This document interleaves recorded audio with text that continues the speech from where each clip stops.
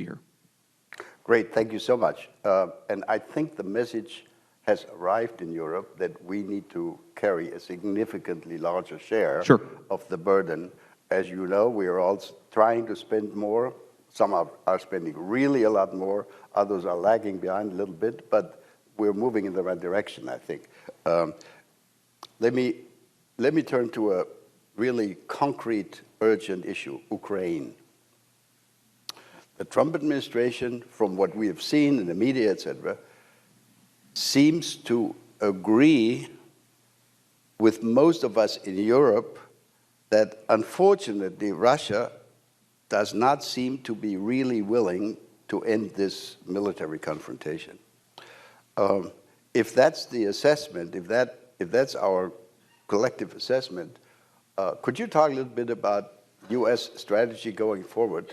We all want this war to end, and let me say as a very personal comment, I think the Trump administration did the right thing by starting this process of talking to the Ukrainians, talking to the Russians, but the Russians seem not to be interested in the kind of quote-unquote deal that could be offered to them. So talk to us a little bit about how you see the next steps. Yeah, so let me say a couple of things about this. First of all, I appreciate your kind words about the administration. Obviously, I think it was the right thing to do for us to start the process of negotiation. I think for too long, the Russians, the Ukrainians have been fighting. Obviously, there's been a lot of people dying on both sides. There's been a lot of innocent loss of life.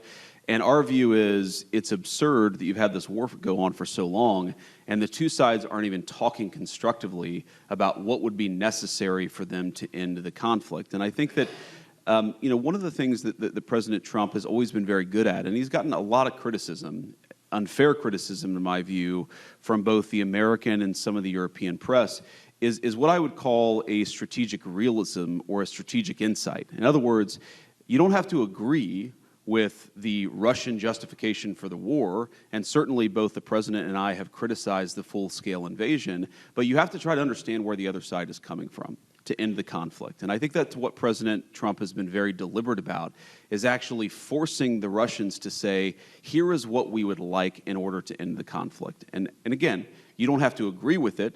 You can think that the request is too significant, and certainly the first peace offer that the Russians put on the table, our reaction to it was, you're asking for too much, but this is how negotiations unfold. And I wouldn't say, I'm not yet that pessimistic on this, I wouldn't say that the Russians are uninterested in bringing this thing to a resolution. What I would say is right now, the Russians are asking for a certain set of requirements, a certain set of concessions in order to end the conflict. We think they're asking for too much, okay? And then obviously, the Ukrainians matter a lot. They're the other side. They're the other party, at least to the direct conflict. And we have to ask, what is the Ukrainian, what do they need in order to bring this conflict to a successful completion? And we're going to continue to have that conversation.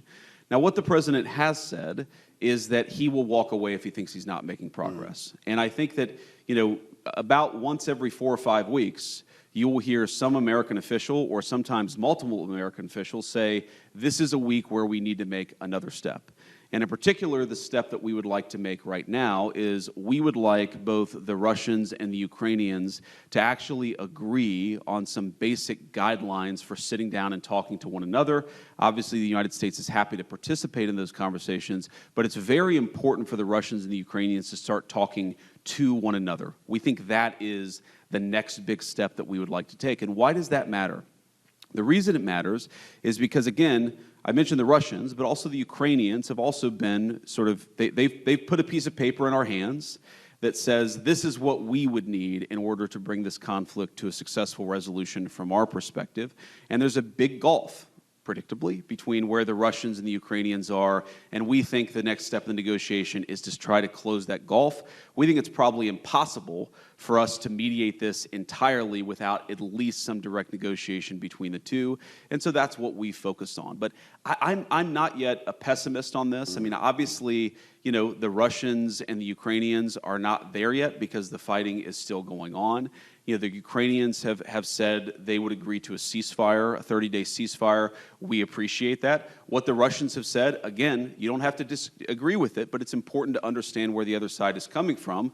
What the Russians have said is a 30-day ceasefire is not in our strategic interest. So we've tried to move beyond the obsession with the 30-day ceasefire and more on the what would the long-term settlement look like, and we've tried to consistently advance the ball. One final point I'd make about this, I think it's probably wouldn't surprise anybody in the room, but there are a lot of people watching who are not in the room, is a frustration that we've had, frankly with both sides, is that they hate each other so much that if you have an hour conversation with either side, the first 30 minutes are just them complaining about some historical grievance from 4 years ago or 5 years ago or 10 years ago. Look, I understand it.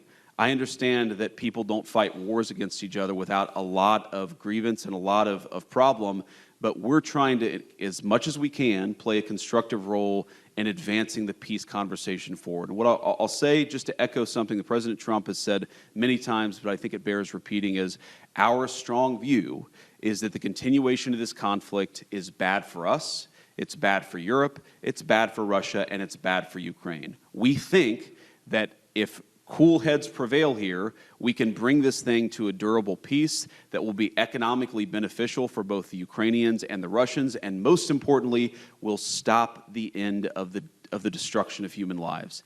I think people underappreciate this about our president here in the United States is he has a genuine humanitarian impulse about this. He hates innocent people losing their lives. He hates even soldiers losing their lives in unnecessary conflicts. He just wants the killing to stop, and that will continue to be America's policy. But obviously, as all of you have seen, we'll navigate that policy and react as the parties bring their grievances to us. Great.